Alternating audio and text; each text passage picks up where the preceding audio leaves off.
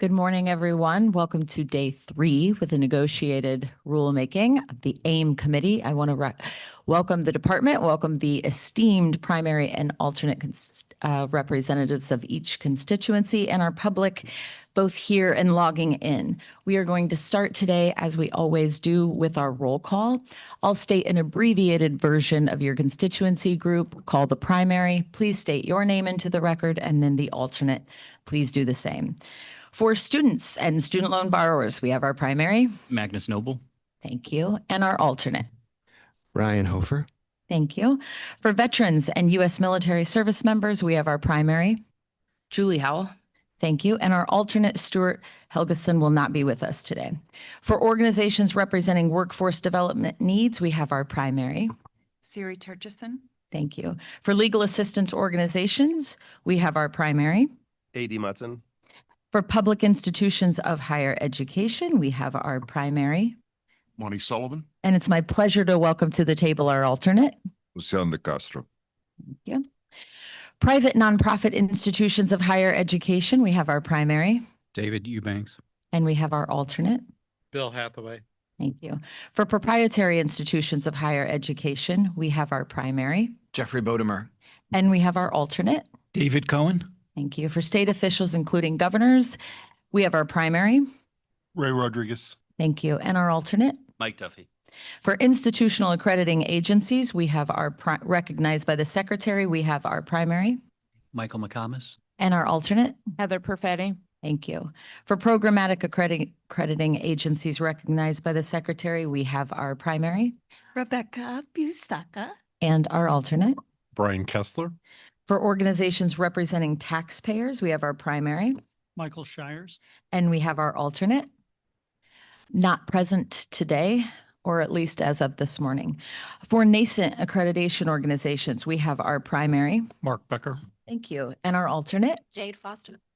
For our National Advisory Committee on Institutional Quality and Integrity, we have our primary. Jennifer Bloom. Thank you. From the Department's Office of General Counsel, Jake Lallo. and our subject matter expert from the Department, Office of Post-Secondary Education, Beth Daggett. and we have our department's federal negotiator. Jeff Andrade. Thank you all for reading your names into the record and for being here today. If you recall, we concluded yesterday moving into a series of caucuses. Jennifer, you called a caucus meeting with several constituency groups, and then later were, I believe, joined by the department in sort of a newly composed caucus. So for both of those to stick with our protocols, I'm going to ask each of you to give a report out. Jennifer, I'd like to give you the floor first to give a report out, and then Jeff, I'll turn it over to you. Morning, everybody. So we had a productive caucus. Do I need to repeat who was in the caucus, or does that matter? No. Okay. So we had a productive caucus. The purpose of the caucus was to discuss 602.16, and I would say in conjunction with 602.17 and the relationship between the in statute, the list of criteria that the department and statute seek for standards, and then in 17, how those standards are applied and how those two provisions could work together in a way to satisfy, I think, the department's goals and hopefully those of us around the table. So it was a productive conversation. And then I'll let Jeff, the second one was to discuss the concepts with Jeff before we started drafting anything. Thank you, Jennifer. Jeff, please.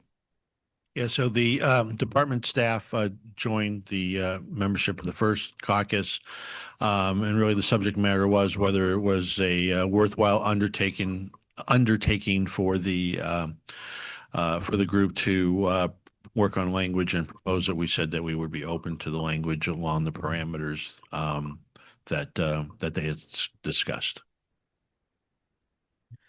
Thank you for that. I appreciate the report outs. We are ready to move into our text. Jeff, where would you like us to get started? I think we should start with 668.9. 602. I'm sorry.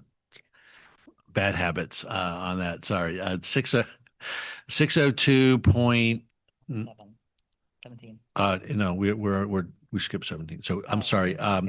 18, and I apologize for giving the bad tee up here. So can we just go back one section? I'm sorry. So yeah, we'll start with 18. We're going to skip 17 because the new language will affect that, and so no use beating a dead horse there. So we'll just switch back to the beginning of 18. Excellent. So we are going to begin, everyone, with 602.18. Magnus, I see your card and you have the floor. Yes, at this time, I'd like to switch out with my alternate, Ryan Hofer. Thank you, Magnus. So for student loan borrowers and groups representing them, I am going to invite Ryan to the main table. Thank you. And David, you have the floor. I'd like to switch out with my alternate, Bill Hathaway, for private nonprofits. Thank you, David. So we'll welcome alternate Bill Hathaway to the table as well. Jeff, please. Yeah, and I just want to give people a little bit of a preview. Our goal, because we're sort of watching the clock and the calendar and the page numbers, our goal would be, we would like to have a caucus with the members that we did not meet with yesterday, and actually have two caucuses there starting after the break. So if everybody could sort of help us get through, we'd like to get to the operational revisions, which are 22 and 23 by the break. That might be ambitious, but at least we'd like to get to 22 by 10:30. Thank you, Jeff.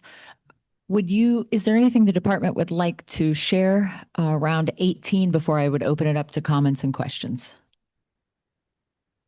No, I think we can just dive in with people's major issues on those. If we need to explain rationale more, we will. Thank you. I invite comment cards from the committee so that we can discuss 18. Bill, I can get started with you. So I would just like to thank the department for, again, recognizing the distinctive importance and First Amendment obligations around religious mission. Number 4, I think is fine. It emphasizes what we have. I just have a couple thoughts about this.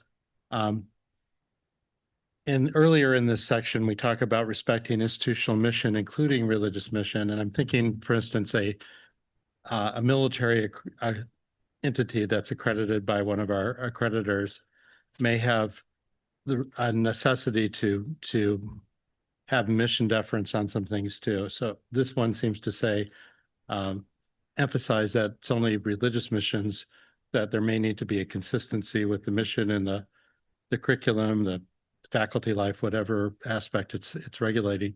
But it seems to me that it might be these other kind of distinctive missions that 602.18 asks the accreditors to give deference around these aspects that could apply as well. Yeah, I will just respond quickly. A lot of the reasoning on the religious missions gets around case law and First Amendment issues, which is why they're there. So if you have maybe some specific language or more specific instances of what you're looking at, we would consider it. But again, those are primarily there to protect people's First Amendment rights. Thank you, Jeff. Any brief follow-up, Bill? Well, just an example of what's happening in the Department of War right now with the Senior Executive Fellowship Program. They're looking for institutions that align with what the Department of War considers its military values and patriotic beliefs. So there are standards there that participating entities would have to comply with to be a part of that program that would be a little bit different from what happens in the rest of the higher ed space. And I do think it's the military one I'm most familiar with, but maybe there could be a think tank that is dedicated to a certain school of economics or something else, where there might be a missional reason to look for a certain kind of perspective. So it wouldn't be viewpoint neutral on those topics completely. So I understand the viewpoint neutrality aspect that we're addressing here has to do with bias and other factors, but I just think there could be these other non-religious missions.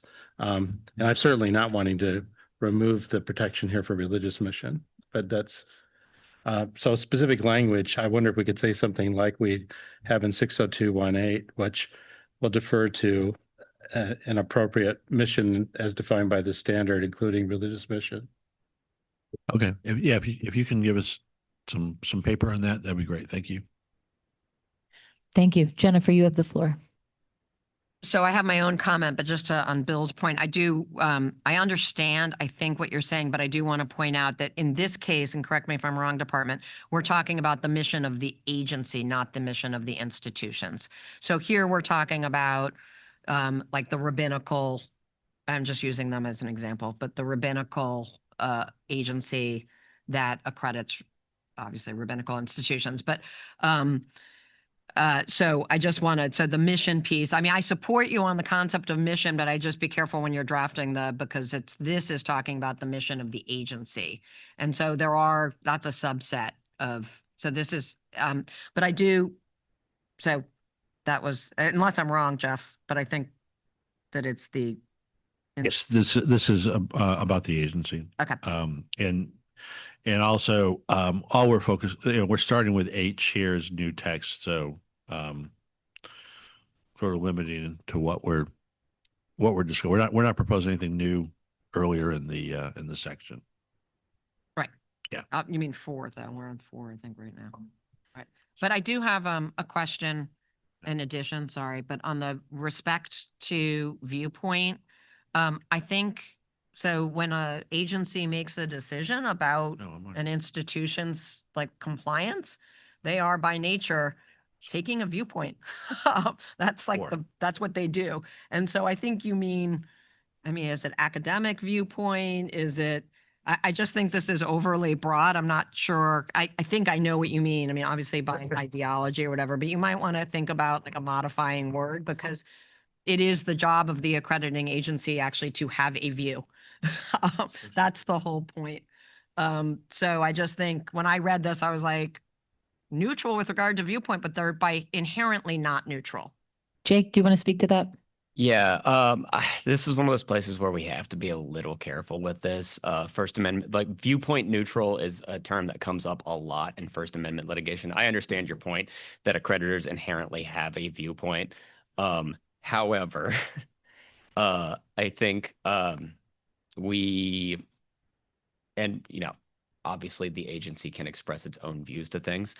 I think where we're talking about this here is we don't want accrediting agencies dictating the viewpoints of the institutions that they accredit. And while the agency may have a viewpoint insofar as it is reviewing standards and giving standards, that's different than a like free speech viewpoint. And I understand your point. I think though the more language we put in here, the more opportunity for confusion we actually create. I think this creates more likelihood that like accrediting agencies could create standards and try to argue that, oh, this isn't viewpoint discrimination because it doesn't fit within, whatever clarifying bucket that we put in there. Whereas if we leave this broad, it encourages them to take a light hand in terms of setting those standards to the point that, or insofar as they control the institutions that they accredit's views. Can you give an example of what problem you're solving for? It'd just be good to have an example of where an agency wouldn't be in compliance with this paragraph. Yeah. I think there were lots of examples sort of going into the elections of institutions believing that they were being forced by their accreditors or their view of a standard that's something that was antithetical to their mission. And that really is where that stems from. And some institutions, are in the process of completely leaving their current accrediting bodies. So that's it wasn't, we didn't think of it. It was people coming to the department and asking for change. Jennifer, if you have more, I'm happy to circle back. AD, you have the floor, please. Yeah, just briefly. So I appreciate Bill's comment and Jen's follow-up to that. I guess what I will wait till we have, I'm not sure if this is going to be to the department. Is this going to be part of a discussion that we talked about having with regards to civil rights And this is the one part where it says religious rights or religious mission, because I would definitely be looking both from a student attending a school that might be hostile to their religious views, as well as a student who wants to go to an institution because it has a religious views that they thought at least coming in was similar, and then want to protect that as well. So if that's gonna be a separate discussion, I will work with everyone there working on language then. If just want to make sure that is something, this is the first and I think the only place that has the department puts in protection about religious mission, and I would just hope that we do that in any place where that's appropriate. Yeah, that's a good point, AD. And I think it would be more appropriate to roll it into this afternoon's discussion after lunch, where we'll talk about academic freedom and First Amendment issues and the civil rights issues and all the other ones everyone's anxious to talk about. Thank you both. Bill, you have the floor. So, Jen, thanks for reminding me this is about the accrediting agency. I think in that regard, then the scope here makes more sense. I would just say, though, that by focusing on being neutral with religious viewpoints, it's possible some of the accreditors the agency may be accrediting, may be dealing with, have other issues too that are addressed in number 3 here, beyond just viewpoint issues. So whether or not they're a covenant place that may only admit people of their faith background, or hiring preferences, those are practices more than just viewpoints. I'm not sure that I'm suggesting anything different here. I'm just wondering whether or not this covers the range of that, or if it's redundant with what's already in 3 that accreditors have to give deference to.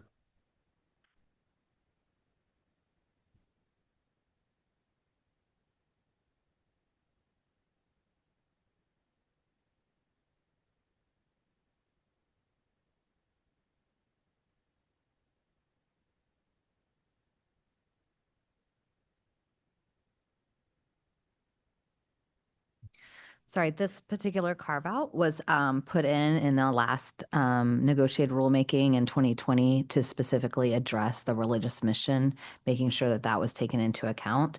So if you wanted to put in for additional things, I'm sure that we would accept that information, but I would say that the religious mission is something that is specifically stated in the statute. And so I think we'd be more amenable to limit it to what is included in the statute. Thank you both. Mark, I'd love to give you the floor. Thank you. Very quick. It's just a question for Jeff and Jacob. Back to Jennifer's point about the ambiguity of viewpoint. Would the insertion of the word socio-political before viewpoint change what this statement, what the standard is intended to do? In 4? Yes, enforce so with respect to social political viewpoint and ideology.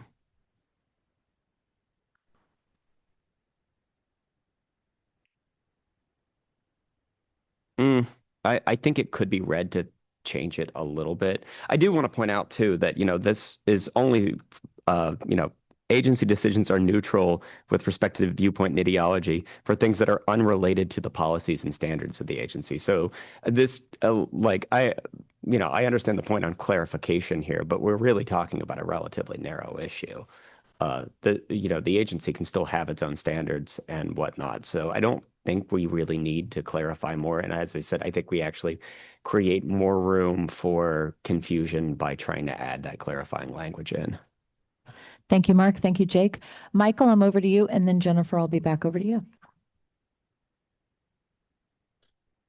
I think that there's some discussion to be had, and I think, AD, you mentioned this, I think you were at least alluding to it, that we may be getting to a point where there's maybe one overarching kind of statement or definition around First Amendment issues, and maybe that first part is something that gets added into that, so it's not kind of peppered throughout. So I just put that on the table as something that we would consider. Secondarily, if that first part of that sentence does continue, I think that policies is better than procedures as a word, because I don't know what procedures to me are steps that are taken, as opposed to a written policy that we're not going to interject viewpoint and ideology, non-neutrality in areas unrelated to policies and standards. And then also, lastly, the second part of that sentence, I do think could easily be added into 3, which already speaks about the requirement that how an agency works with those institutions that are religious based. So I'm not suggesting anything other than we can probably carve this up and put it into some different places. Thank you, Michael. Jennifer, you have the floor. So and we'll move along, but I should have said before that actually I think it's the combination of respect to viewpoint and the unrelated to. I think there's just could be deliberation about what unrelated to your policies and standards means when accrediting agencies come before the department and NASIKI. And so I think you're creating a space of a lot of debate that's new, or potential for debate over whether something was unrelated or related.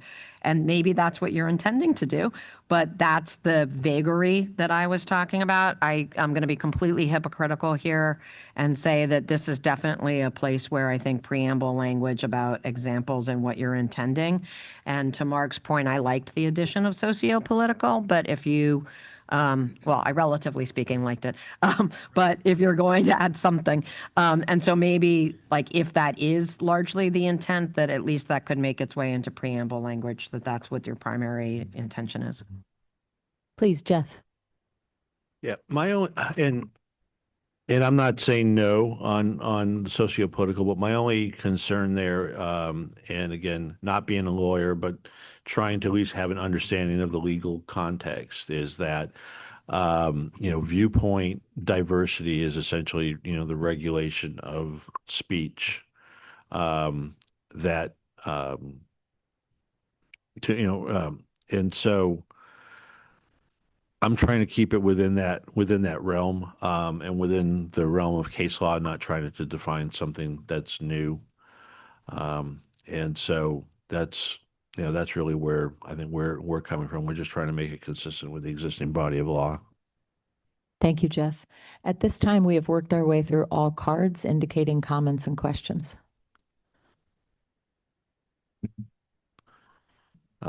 Seeing that no changes, we can move to 19. Thank you, Jeff. Oh, sorry. 20.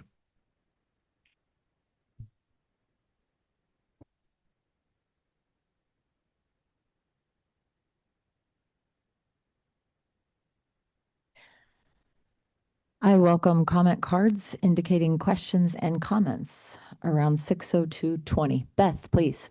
I just wanted to say, I know that it was noted yesterday when we were talking about 60216A, the language of moving enforcement related to student achievement to this section. The department is already working on making that move. So I just wanted to note that for the group. Thank you, Beth. Michael, you have the floor. I just want to thank the department for clarifying through the regulations and not the current use of a dear colleague letter with regard to expectations for arbitration. I think this language is clear and provides agencies to work through those processes with their member institutions. Thank you, Michael. Mark, you have the floor. Yeah, just quick question. So in 618, there were other changes from the department, and just asking on the striking of all the language around noncompliance, what was the intent there? I believe you're talking about 60218D. We actually moved that language to 20 at the bottom. If you look at that, that entire section, what we had previously is that it is a very specific option. It's very optional for agencies to have related to allowing an institution or program to be out of compliance with specific areas for specific reasons. And what we found in implementation is that agencies were a lot of times conflating the two together and related to good cause extensions in 60220. So we felt it'd be better if we move it to 60220 and to talk about that you have the good cause extension regular umbrella, and then there's this very specific limitation on the good cause extension there. Thank you. Thank you, Mark. Thank you, Beth. Michael, you have the floor. On H.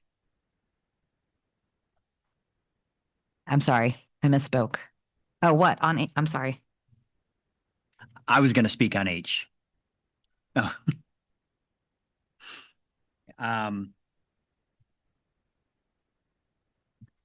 I guess what I'm wondering is, how is this different from an appeals process? And what do we mean by material error? Because the appeal process may determine, or at least the appeal panel may conclude, whether correctly or not, that the decision-making body, the agency, erred in applying something or missed something in the review of documents. So the appeal process already is one for restoring accreditation when certain conditions are met. So this seems to me to be redundant with the appeal panel, normal appeal panel functions. And so that's the first half of it.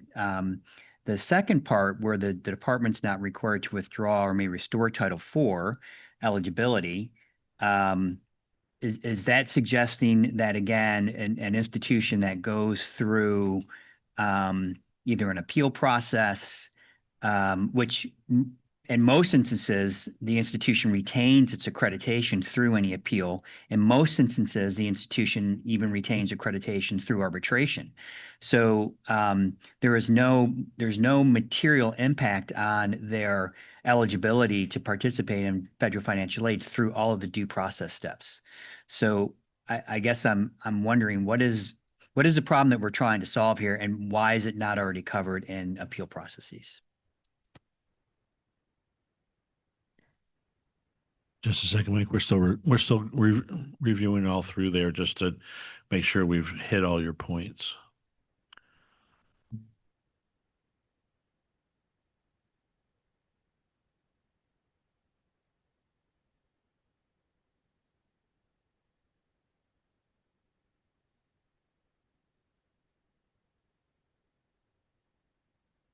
Yeah, so there, I mean, in addition to the loss of accreditation, there sometimes can be actions that we would typically take when an agency has taken an adverse action against an institution. And this is allowing for a circumstance where, if there was a material mistake in the process, to go back and to sort of retroactively repeal those adverse actions. I understand your point, Mike, that not every adverse action is a withdrawal of accreditation, but there are sometimes triggers within the department that are related to that adverse action. Any follow-up, Michael? Thank you, Jeff. But that's not what this says.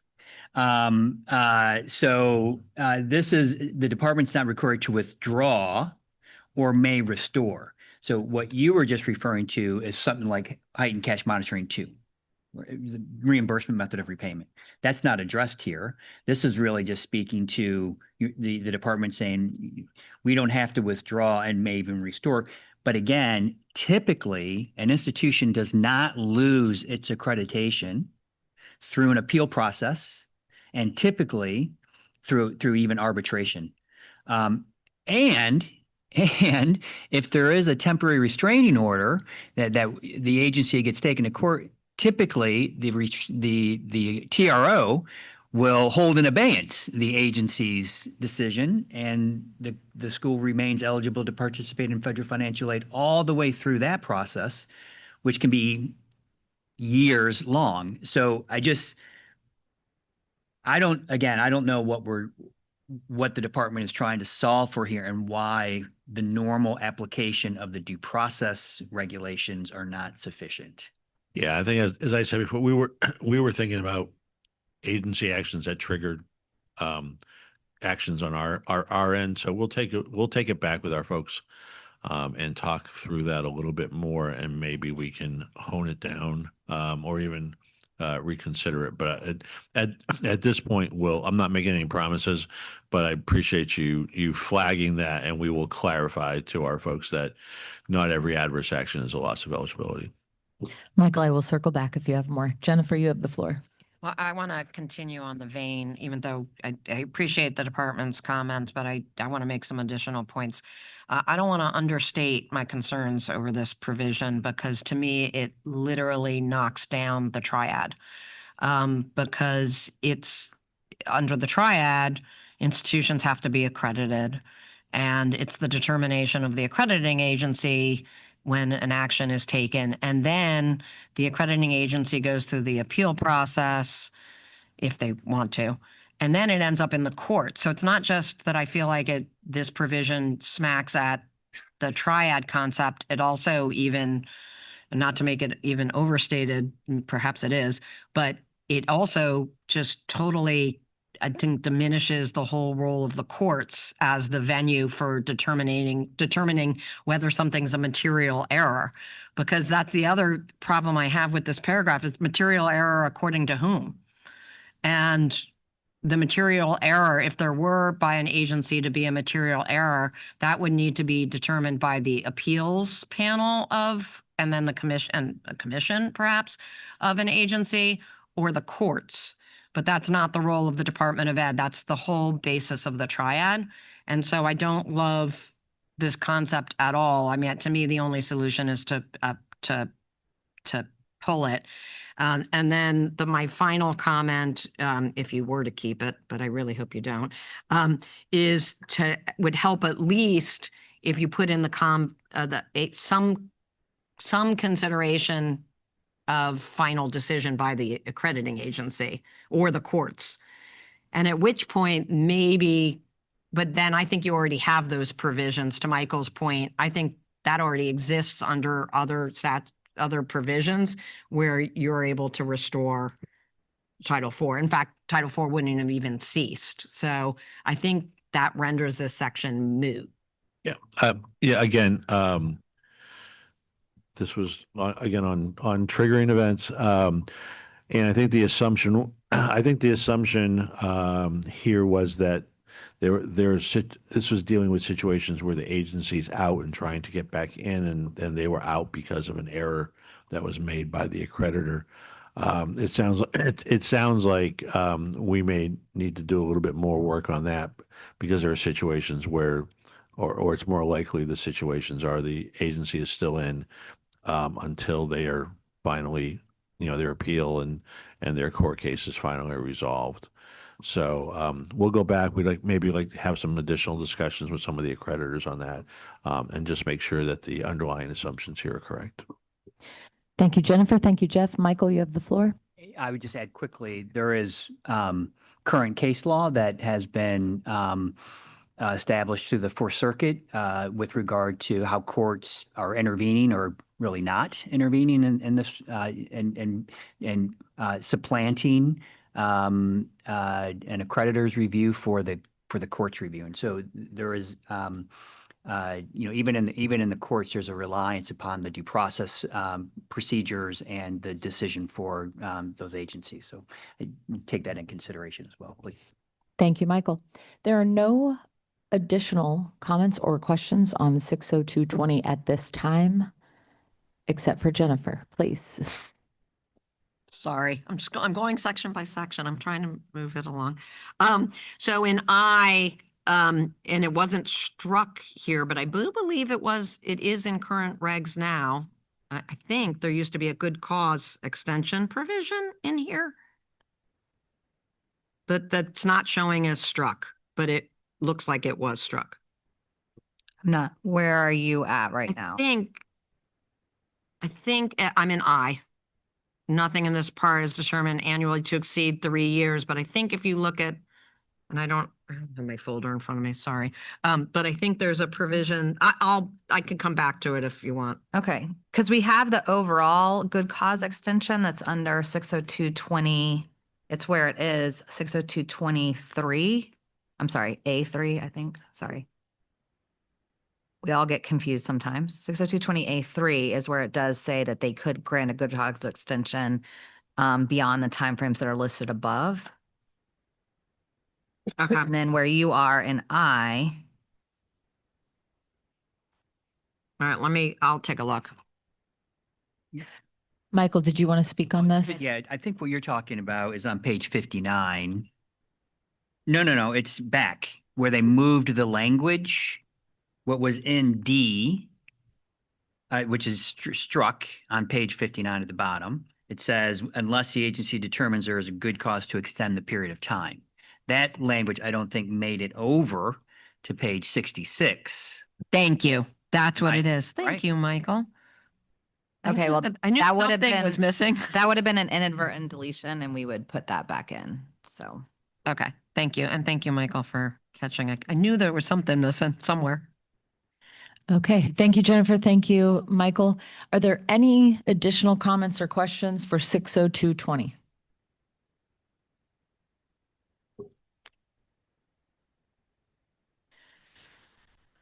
Thus far, I see none. Jeff, where would we like to look next? 21. Sounds lovely. 21, I open it up to the committee, please, inviting your comments and questions. Yeah, and just a little bit of lead in. So this is another example where we've tried to streamline, and hopefully that will be less controversial unless people think that there's things that we streamline too much. I'm going to begin with you, Michael, please.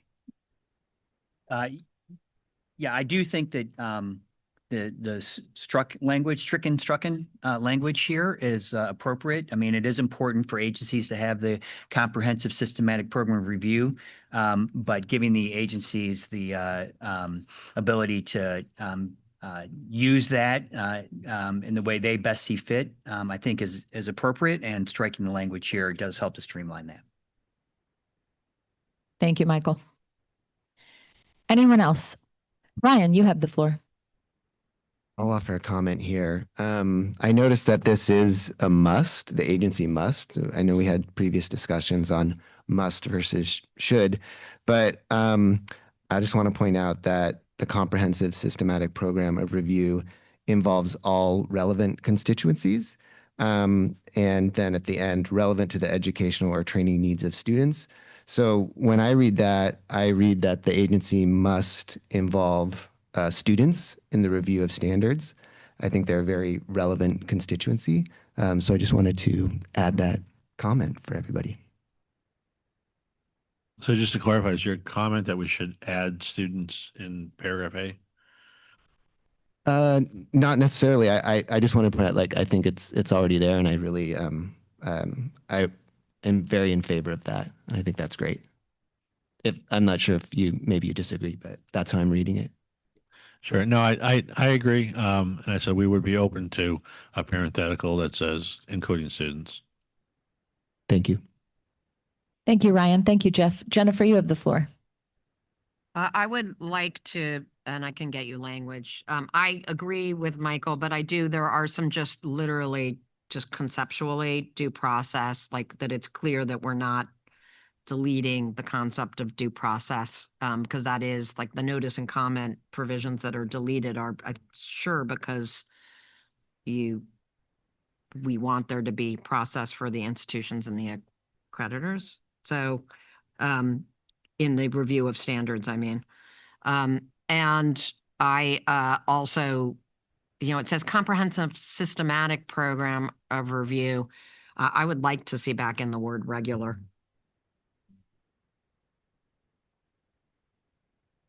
Because I think occurs at regular yet reasonable intervals on an ongoing basis. This is actually leaving the accreditors a lot of discretion. I mean, it's nice, But I applaud, good for the accreditors, but I do think for as it relates to the institutions and other constituencies, including Nasiki, I kind of would want some assurance that there's some level of regularity to the review of their standards. And that I know it says it includes involves all constituencies, but that would be notice and comment. So I'm not saying you add back in the list. I'm literally talking about like a phrase, like a comma, which shall include notice and comment on a regular, whatever. Please feel free to provide that to us. We'll provide it. Thank you, Jennifer. Thank you, Beth. Julie, I'm giving you the floor. Thank you. Just to follow on Ryan's point and the point Jeff made, if it's appropriate, I would appreciate the parenthetical including students just to make sure that no one tries to sneak around that. Thanks. Thank you, Julie. Michael, you have the floor. I would support Jennifer adding in or keeping some version of 2. Maintain a comprehensive systematic program of review that occurs on a regular and ongoing basis, and that involves all relevant constituents. To include students is fine as well. So ACCSC might, just by way of example, we conduct a comprehensive systematic program review once every 5 years. It includes faculty, administrators, students, employers, volunteers in the process. And so we try to capture everybody. And then Jennifer, but to your point on I don't know that we need to layer in the comment piece, because any changes that come through that still need to go through the regular call for comment period. So when you get to other sections, there is another requirement that the need for a call for comment and comment from the membership and other interested parties still exists. It was just being called out in the comprehensive program review as a determinative step that you had to take as part of that process, but it's still in effect. Thank you, Michael. Jennifer, you have the floor. I just wanted to respond to Michael. So if you can just show me that later on or whatever. Thanks. If there is nothing additional from this time on this section, I'm inclined to move on. But Jeff, let me check in with you first. No, I think we got some good input on this. We've already discussed what the new language can look like, and then we'll bring that back when we bring the other new language suggestions later in the week. So appreciate everybody's input. And we can go to 22. I'll move the committee on to 22. Please raise your cards if you have comments and questions. Monty, I'm going to give you the floor. Thank you, Kayla. I will begin with the substantive change feedback that I've received from constituents is just a proliferation of substantive change. I think what I would like to suggest is that we don't have the exact language, but I'm willing to work with the group to try to find that language. The number of substantive changes that our institutions have been through in the last 3 years, as an example, have been, as an example, offering dual enrollment at a given high school requires us to go and get a substantive change. Offering education at a prison requires that we go and receive a substantive change. All of these substantive changes, many of them are important, no doubt, but the level of a burden on the institution has reached a point where the juice is not worth the squeeze, as I heard you say yesterday. So I would just suggest to you that substantive change has become a catch-all category for everything. I would suggest that we need to be much more specific in exactly what the sub-change is aimed at to minimize the number of substantive changes that colleges are having to deal with. At the same time, I want to balance the need for flexibility, which I know is a big issue, Michael and Jen, that you guys have worked on over the years to make sure that there is flexibility. So just wanted to point out feedback from the constituency. Sure. I appreciate that. And we've heard that as well. And we've heard the instances, because we have a role and, and a lot of times, we can't do our part of the transaction until the accreditors approve the substantive change. Accreditors don't meet weekly or monthly. So, yeah, so that sometimes takes a while. However, if we are going to go down this rabbit hole, which it is a bit of a rabbit hole, because I think on the other side, people believe that if you take one program out of a particular format or particular structure, that there's a guardrail in their minds from going back to the accreditor. We saw that a lot in the discussions around Workforce Pell on that. So there is a balance. So if we do go down that rabbit hole, we need to balance out all the interests, and people on both sides have got to agree to that process, or I think we'll get hung up on it. But more than willing to open it up, but we gotta have some work done on it before we do that. Jeff, if I may, just one quick comment, that is the people around the table have much more experience in dealing with substantive change from this level. And so what I would urge is just rely heavily upon those folks. But just be aware, as I know you already are, institutions are pushing pretty hard on this point because of the numbers, sheerly the numbers. And just the kind of examples that I've heard are things like we have a program, it's approved for on grounds, but they want to offer it in an online format or in a hybrid format or something like that. It's usually things like that. Another example that I think is really important from a workforce perspective is if I want to take a program to a given employer so that the student doesn't have to get off work and commute, put it on the employer site, we're having to go through substantive change. Does that really make sense? Thank you, Monty. Thank you, Jeff. Rebecca, I was coming to you. Are you good for the moment? Thank you. Michael, you have the floor.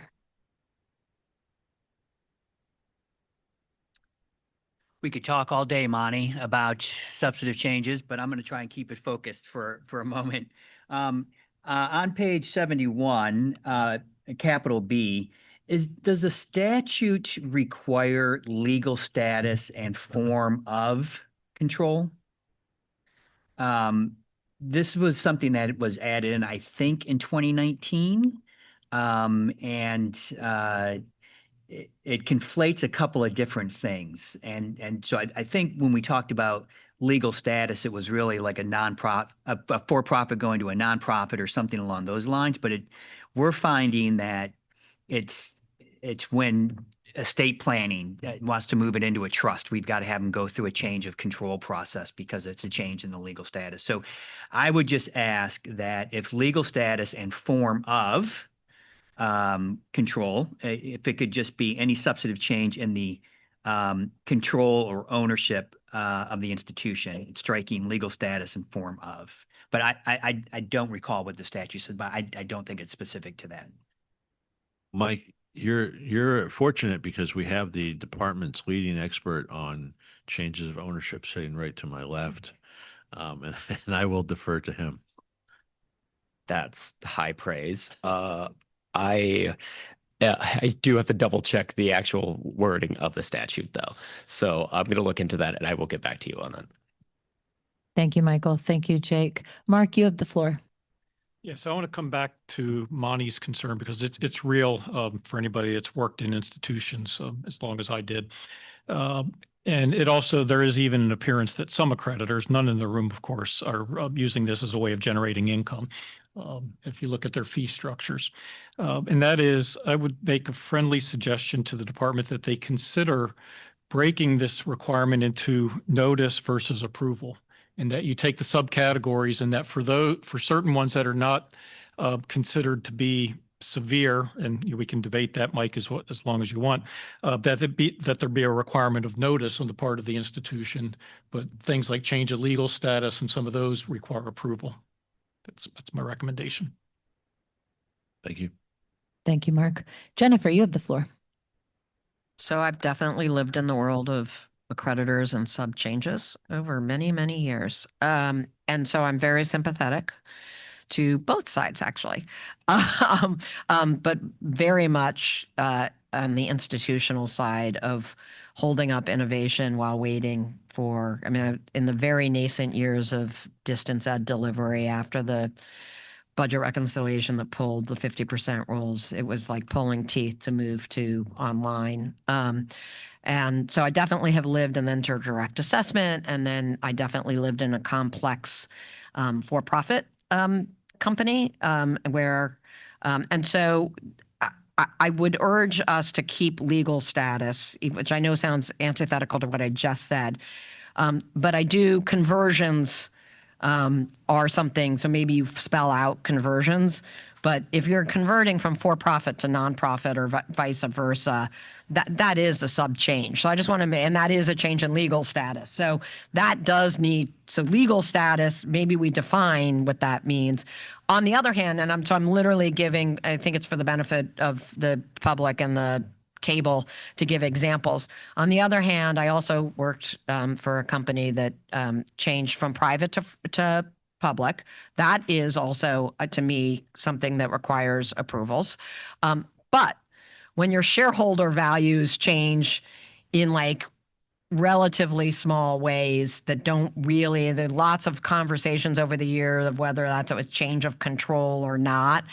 And honestly, I just, that can get really invasive, I think, in the private sector. And so those are the lines that I think need some, whether it's in preamble, whether it's in the regs, but I think there does need to be some spelling out. So we're not, when we delete legal status, we're not deleting some obvious changes that might fall under change of ownership anyway that would be covered, but I just want to be careful there. So that was my first comment. I do have, unless we want to stick on this, I do have another comment, which is, well, actually, I'll let others speak and then I'll come back. Happy to circle back. Mike Shires, you have the floor. Thank you. As someone who's gone through 6 cycles of accreditation in a leadership role at institutions, I want to echo the concerns about sub-change rules. We had 5 programs go through at once, and each of them required roughly 700 pages of documentation in the application, like, omitting some of the appendices.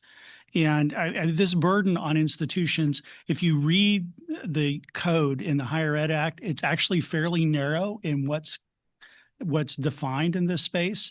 And what I would encourage us to think about doing as we're doing this is to make sure that language is replicated so that we're responsive to the public interest and the public code. But at the same time, to require accreditors in their standard setting and in their plans to justify the structure they have for reviewing things that currently fall in this landscape of substantive change. And that the department might want to include some of these examples like change of legal status and things like that, and provide some clarification that says you need to address these issues in these plans in order to be approved as an accreditor. Thank you, Mike. Michael, you have the floor.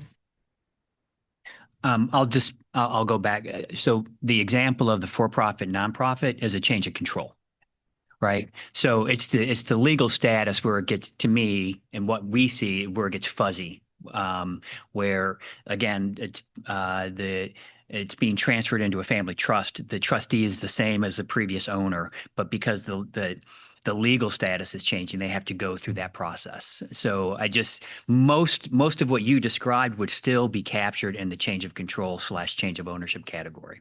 So, and then Mark, I did want to point out, we did address that in 2019, what you're talking about. And so what you'll find on page 74 under Romanet 2 is the list, I'm sorry, number 2, Romanet 1. At that time, we kind of negotiated through, hey, if it's these kinds of substantive changes, you can delegate that to the staff, and the staff can make the approval. And so I don't know that all agencies do that, but it's something that our agency certainly does. And so we have like level 1 sub changes that are staff level review, and then level 2 that have to go to the decision-making body because it's set forth herein. So there was an attempt to do that. It certainly doesn't solve for all of the problems that you all are talking about, but there was an attempt to try and do that. Lastly, I'll just, on G, on page 72, the acquisition of other institutions. This one is also very burdensome. Again, one I'm not sure is supported through the statute. There was a dear colleague letter, I think that came out, or at least interpretive guidance, maybe 4 or 5 years ago, COVID time frame. I can't remember exactly. That kind of explained. I think I left reading that more confused than when I started. And so it's a very confusing add-on because sometimes you're acquiring through a change of control process. Sometimes you're adding on. And so that makes 2 subs changes based upon this. And we've just really had challenges with how to add acquisition in as a separate substantive change function. So I understand what the department was trying to get at, that we should understand what burden an institution is taking on by acquiring another, but in most instances, it's captured through either the addition of a separate facility or through a change of control process. So I think that G is a bit redundant. Thank you, Michael. Good. Monty, I'm going to give you the floor, then Jennifer, I'm coming to you, and then Mark, please. Michael, the change of control comment, is that for the publics, is that similar to governance structure change? Is that the way you would think of it, or are those 2 separate issues in your mind? We have a separate definition for public and for nonprofit. Mm-hmm. And so what we say for public and for nonprofit institutions going through a change of control, not ownership necessarily, but a change of control, is when there has been a significant turnover in governance or in the board of directors or whomever that is beyond the normal application and turnover of a board. So if you had 5 board members and then suddenly 4 of them left and now you've got 4 new, and that wasn't in the normal application, we would begin a review of that. But in the normal application of bylaws and requirements, those things do not trigger a change of control, at least for our agency, and I think for others. So second, next point, I want to go back to the section that you pointed to, Michael, and I'm struggling a bit here to find it. Was it on 74? Yes. 74, I believe it is, glasses would help here, guys. Sorry. 2 Romanet 1. Yes, that's correct. So I think the key word here that I'd like to go back to is approval or disapproval. I think the word is acknowledgement. Frankly, this is a committee whose very name is accreditation, innovation, and modernization. And what this paragraph says is, we don't want you to change anything, but if you do, tell us first, get approval of it, spend the months that it takes to get there before you innovate. So if we really want higher education to innovate, we have to have some flexibility under the sub-change discussion. So I would simply propose that language to approve or disapprove simply be to acknowledge. Acknowledge receipt. Thank you, Monty. Sure.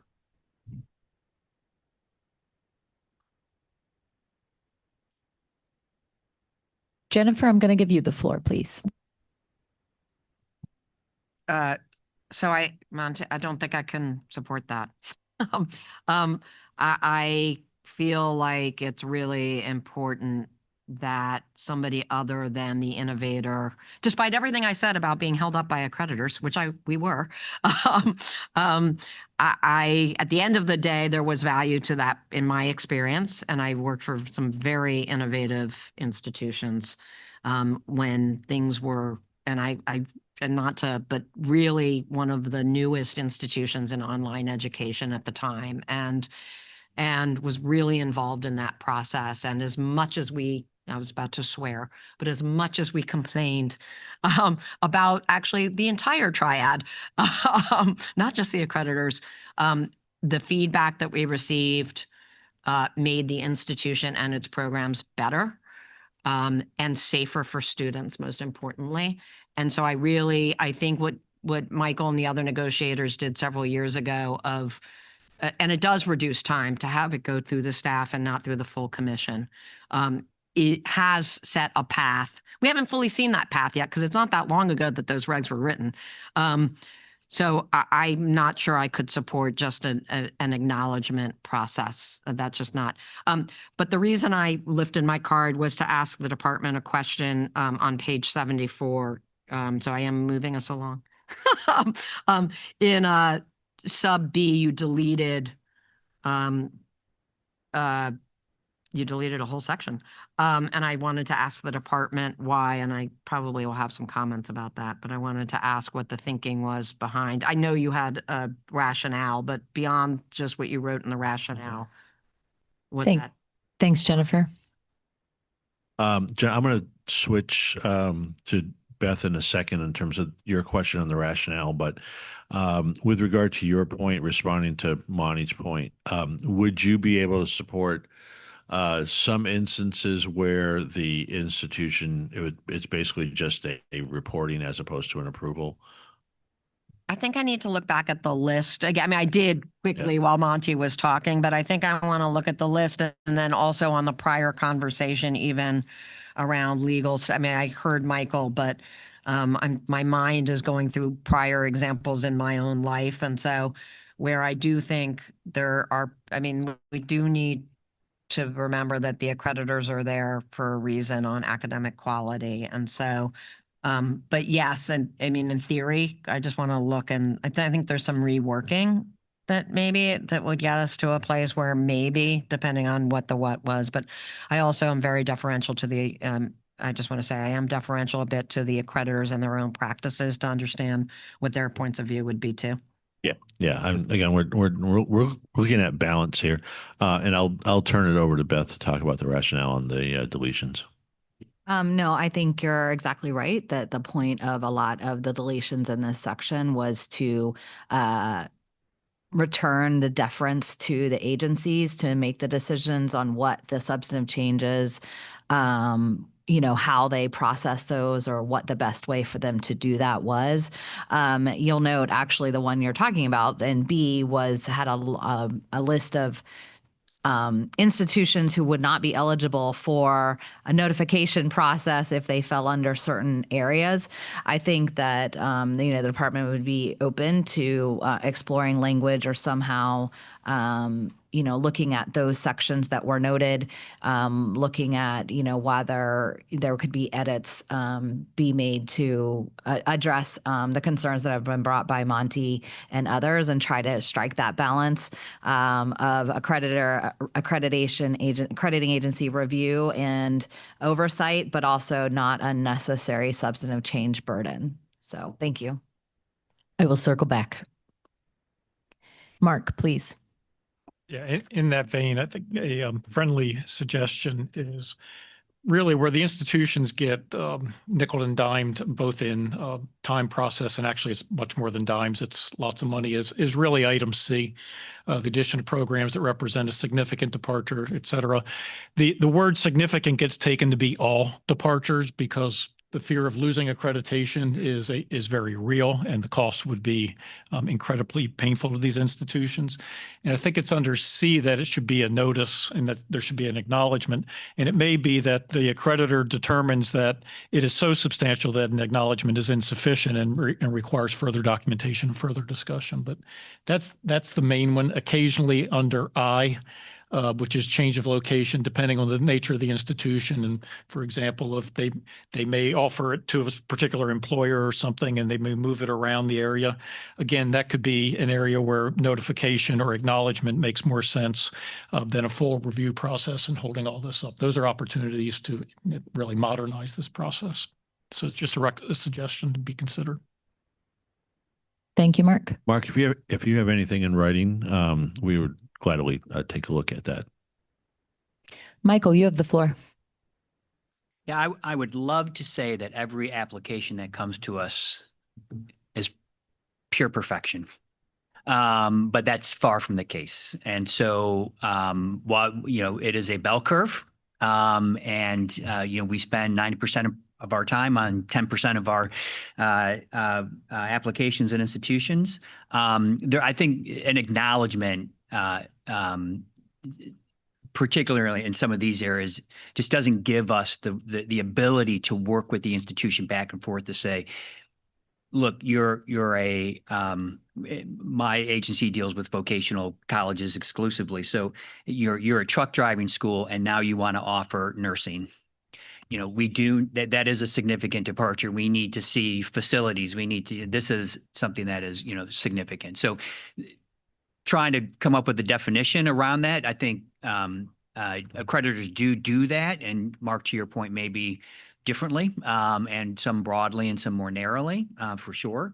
But that's what this is trying to protect against, so that students do that. But I concur on the facility piece. And there's another section that I'll talk about as well when we get to it, is that, the idea that, we do have many institutions that want to innovate, not only how, but where they're offering programs, employers, apprenticeship sites, in concert with other institutions using and sharing their facilities. So there are lots of those models, but they get confounded by the idea that everything must either be a branch campus or an additional location under the Title IV regs. And so, we're trying to open that up and work with our institutions and allowing more consortium, allowing more partnership, allowing more agreements. But we continually get feedback that, well, the department wouldn't approve it this way because it didn't meet this particular provision or along the sub facility area. So to me, the facility piece is one of the bigger drivers or barriers to innovation that we are finding with our institutions. Our schools want to partner with employers, and they want to use hospitals, and they want to use work sites, and they want to use those places. And yes, more than 50% of the program might be offered there, but it's not necessarily the school, and it's not their facilities.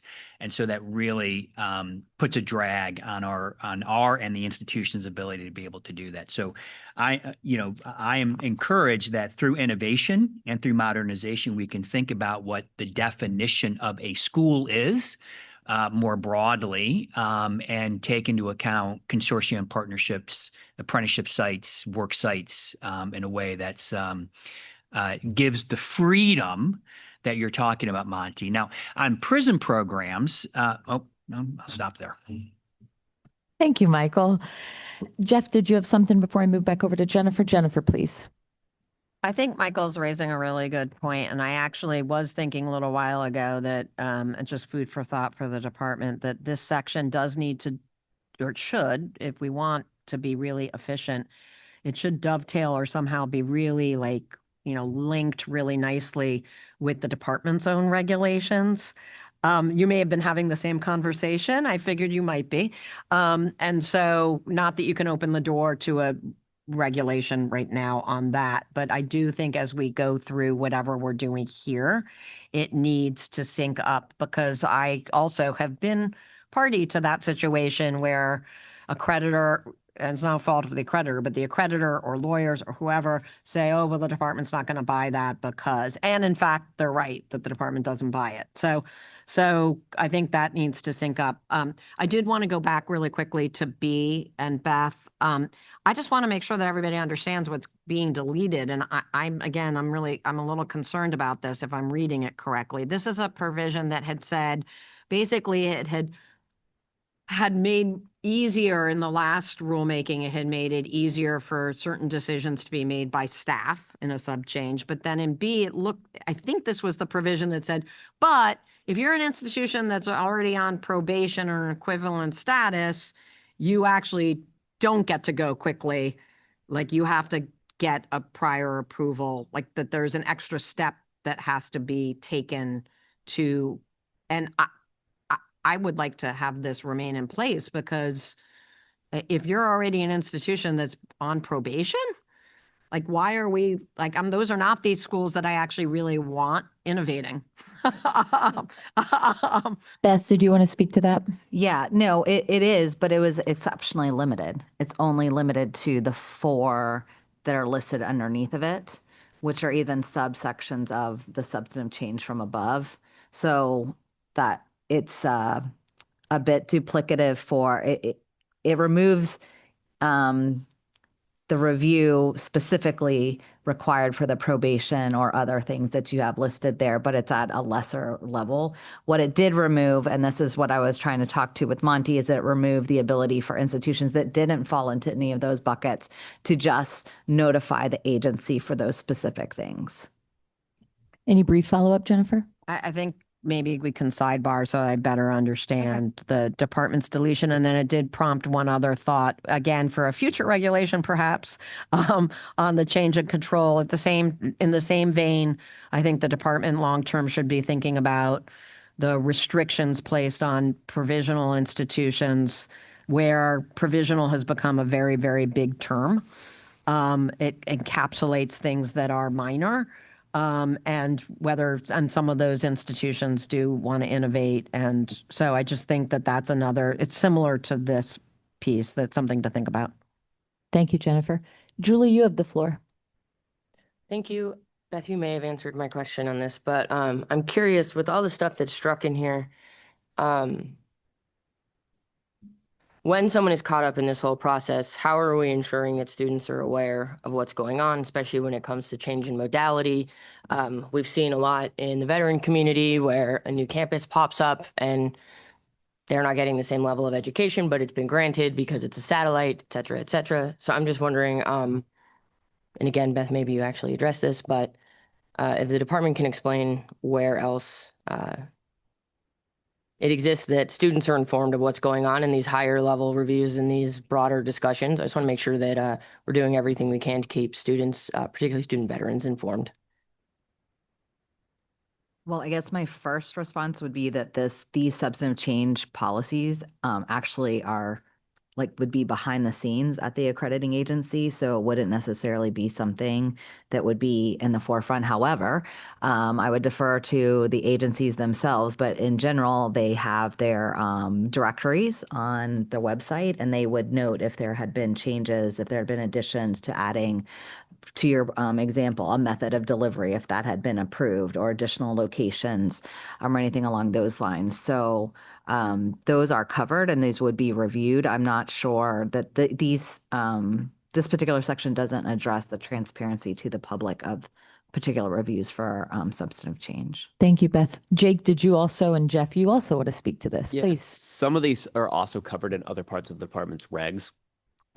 Specifically, in regard to changes in ownership, we actually require institutions to notify students 90 days in advance of a change in ownership. That's separate and apart from the accreditor's process.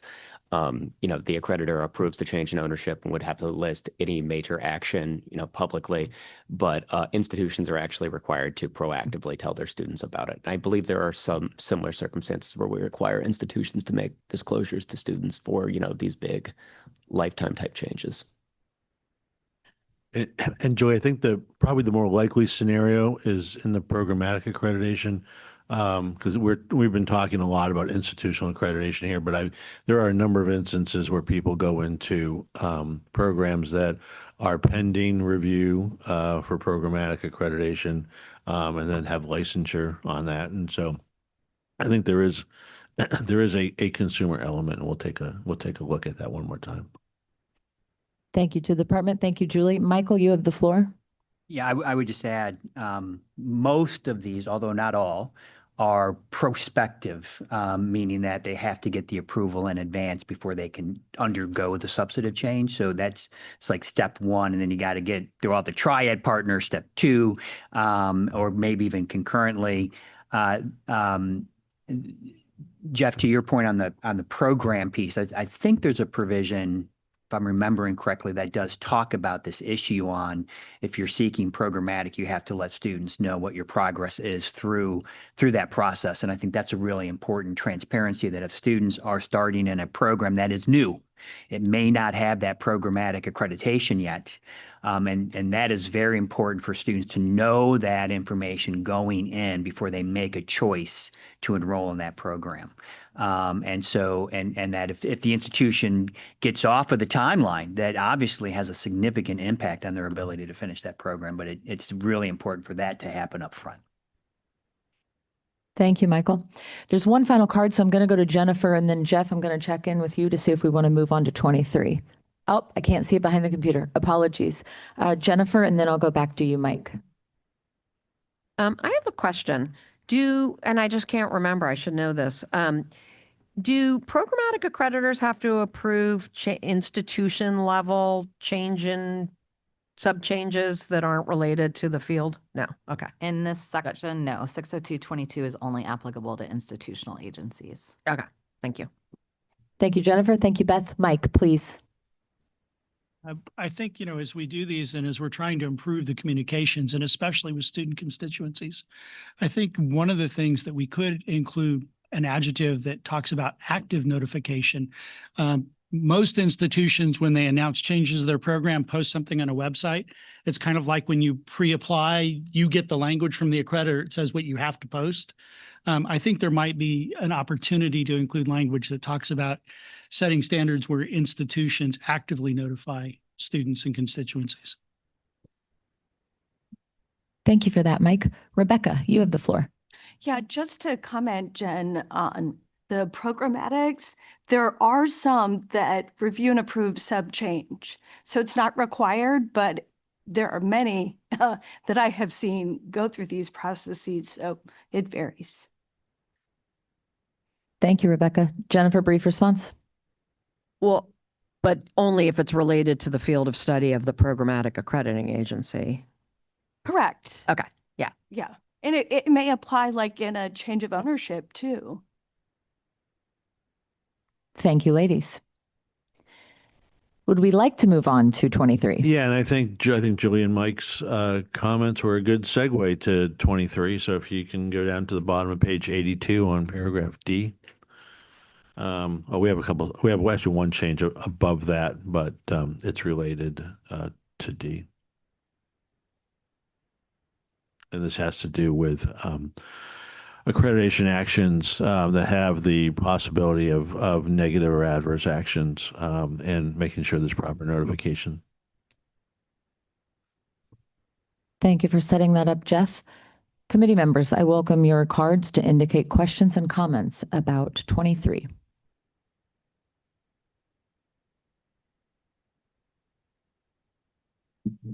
Michael, you have the floor.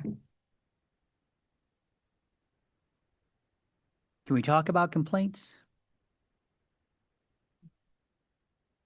I see that you only added a little bit on page 81. And I believe the term any complaint may come from the statute. But I do think that there's an opportunity here, burden both for accreditors and for institutions when it comes to anonymous complaints. And so it is a significant burden to not be able to understand what the issues are around a complaint when we don't have any of the information that the student may be able to provide. So when it says any complaint it receives, we have, and I think most accreditors, if not all, have some kind of acknowledgement, process through that. But it may be useful to give accreditors the opportunity to be able to discern which complaints are actually able to be followed up on. And so maybe some at the end of C1, the agency is not required to process anonymous complaints if the information provided, doesn't allow for a meaningful review of that. And so that might just be something to consider as well. I do have some language I'd like to share with you. So I just flag that as something that we hope that you'll consider. Thank you, Michael. Please, Beth. I mean, I truly understand your concern on anonymous complaints. My concern, the department's concern of not reviewing anonymous complaints is that there could be a whistleblower or some other entity that has brought something that they don't feel comfortable sharing their information. And so, and it could be on something that is quite drastic or severe that would really need to be followed up. So if you are submitting language, I would encourage you to think about that aspect. Thank you, Michael. Thank you, Beth. Jake, do you want to speak on that as well? Yeah, I'd also like to note in relevant part in the statute in 496 in 3, the paragraph begins, the secretary shall consider all available relevant information concerning the compliance of the accrediting agency or association with the criteria provided for in the section, including any complaints or legal actions against such agency or association. I think that's where this language comes from. To the extent that, we're talking about anonymous complaints, I understand your point. I think that is a burden, but I do think we are constrained here because the statute does pretty clearly want us to consider all the complaints, including those that are anonymous. Brief follow-up and then I'll move on. Jake, if I heard, I think that what you're talking about there is the secretary, the SDO's review of the agency. What I'm talking about is when agencies receive complaints and that the process that agencies must have. And so it's always been the word any complaint. And I just didn't know if that was something, it's always existed in the regulation as far as I can recall. But, and Beth, I hear you, and I will certainly take that into consideration in the language that we, that is not the intent. The intent is somebody was upset at the end of a exam and they fired off an email or something, and from some anonymous email that we can't even follow up on. And then we got to chase that down. We've got to try to process it. We've got to send it to the institution. It's a very, very burdensome process. Thank you, Michael. Jeff? Yeah, I think the one thing too that's helpful to us, Mike, in the review is that we look at the complaints that the agency receives as part of our review of the agency and part of our report, including the ones that are anonymous. So I just want to make, so while you're considering that, just wanted to add that point. And I know Ryan has had an experience or two, so I didn't know if you wanted to talk about that at this time. Yeah, I did. Thank you.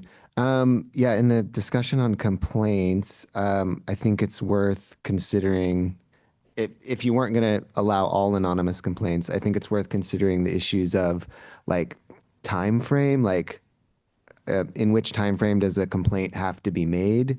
And I think it's also really worth considering a policy for external complaints, because I think that actually, let's say people who recently finished a program, should have a time frame in which they can possibly, if they feel it's warranted, provide a complaint. So that would be an external complaint policy. So it's not just current students, but recently graduated students that I think are, it's important to consider their voice in the complaint process. Thank you, Ryan. Jake, did you have anything additional? Yeah, I would also note that the standard here is still pretty deferential. I mean, review in a timely, fair, and equitable manner gives the accreditor quite a bit of leeway to dispose of complaints that there's no merit to them, or there's nothing that if there's no there, it's very obvious. It's pretty easy for you to move on. But this also, does require that if there is something substantive, you at least make the attempt to chase it down and report it. Okay. Thank you, Jake.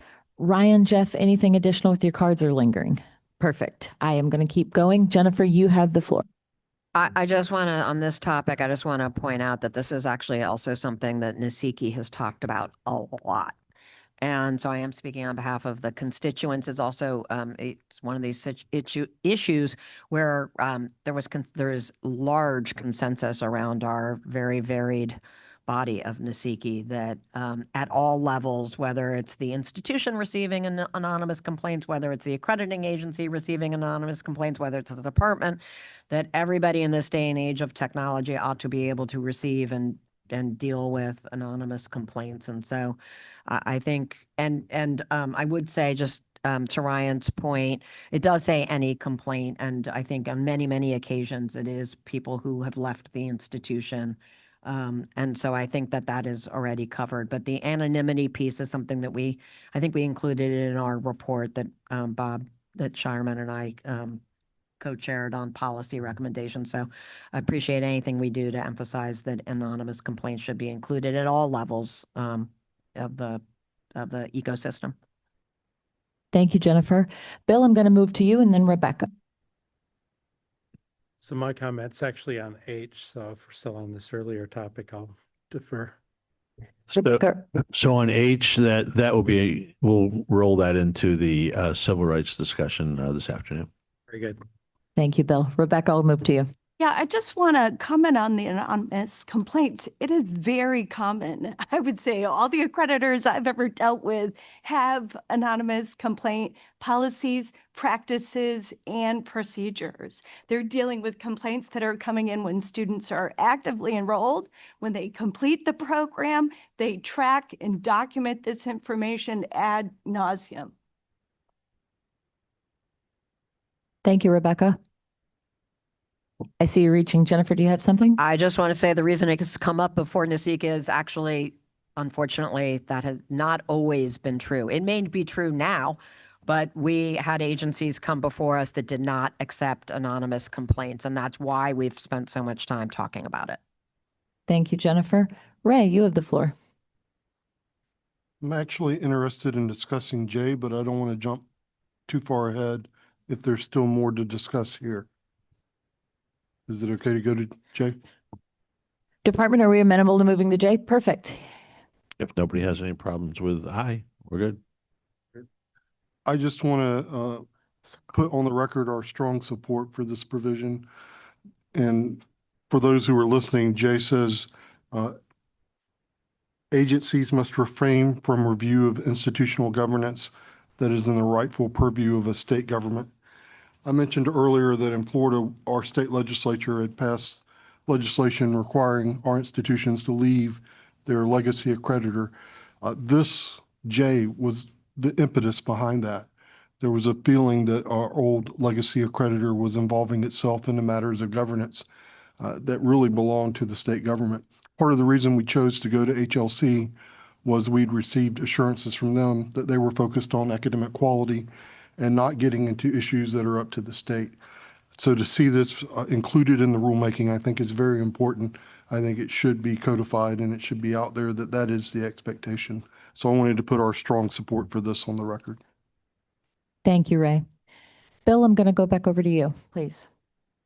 Yeah, I actually don't have a concern with I so much. I just want to make a comment. I think this kind of guidance is probably more helpful to get. What it sounds like we're trying to are additions around accreditors being separate and independent from trade associations, for instance, than some of the language there. So I think this is actually going to do more if we have this kind of guidance. Whether or not this is exact final wording that would pull it off, I'm not sure yet, but just I wanted to make that comment. Thank you, Bill. Appreciate that. Rebecca, you have the floor. Yeah, I just wanted to swap out with my alternate before we go into civil rights. Okay, well, we're not moving there yet. Do you mind pausing for just a second? Jennifer, you have the floor. Yeah, sorry. And we are moving quickly, which is great, but I do want to just go back for 1 second on page 80, and they're really quick, but on page 84, I would love for sub-Romanet 3 to remain in some place. It's the provision, it got struck, and I'm not sure whether it's inadvertent, but where an agency denies an accreditation that has been pre-accredited, it allows, in effect, what is a teach out for that pre-accredited for the students. And I don't think we mean to delete that, because otherwise I'm not sure what we're doing with the students who were enrolled in the pre-accredited institution. So I just wanted to flag that as something to look at. And then there's a word at the bottom of page 84 in F that I think, because of the change in geographic scope provision from a few years ago, it says nationally recognized agency. I'm not sure, is that still a term that's Yeah, a term that's a defined term that Oh, defines okay. all of them. But to your point on 3, I think we felt that the provisions around the teach out for pre-accreditation was covered in the teach out section. But if you feel like it's not, then we could. I'll have to go look and see whether the teach out section, if it explicitly says pre-accredited, then I think it's fine. If it doesn't, then I would drop the word pre-accredited into the teach out section, and then I agree. Okay. Thank you, Jennifer. Thank you, Beth. Monty, please. A small change proposal on item 80, I'm sorry, at the bottom of 84, item F that you were just on. All credits and degrees, all credits and credentials is what I would propose. Obviously, we're dealing with more here than baccalaureate degrees. Thank you. Thank you, Monty. We have worked our way through the cards. We are right at 10:30. Is this a great time to take a break? And then Rebecca, when we come and we move, I will acknowledge the swap if that's the right time. Let's take 10 minutes. See you soon, everyone. Thank you.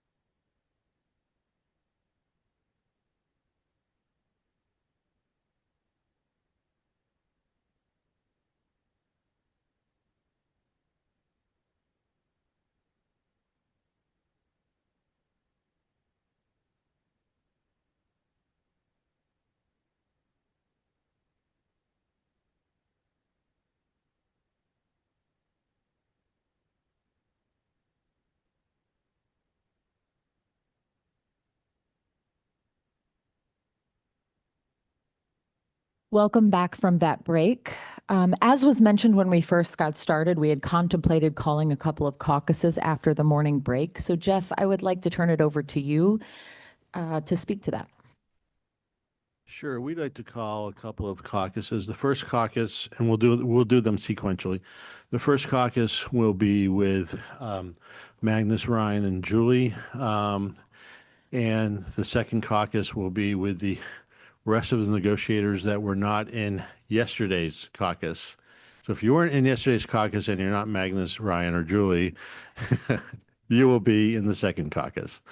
And the purpose of the caucus is just to discuss the changes that we talked about in greater detail with the folks last night, and then to check with any outstanding issues that those groups may have in the status of some project, some language that we're working on for groups in both sectors. So for purposes of the record, the first caucus will be with the constituencies of student loan borrowers, and our veterans and U.S. military. And then the second caucus will be with organizations representing workforce development needs, will be with state officials, including governors, and will be with organizations representing taxpayers and the public interest. Have we missed anyone who did not participate in yesterday's caucus? Okay, AD, my apologies. So for that, will that be in the second caucus? Those folks will be in the second caucus. Yes. Okay, thank you, AD. We will talk location as soon as we go off live. Jeff, for the audiovisual team and everyone here, how much time do we estimate before we come back to the table following both caucuses? I think in the first one, we can do 10 minutes. In the second one, which is a larger group, we'll do 20 minutes. Okay, we'll estimate about 30 minutes when we all resume here at the table. Thank you, everyone.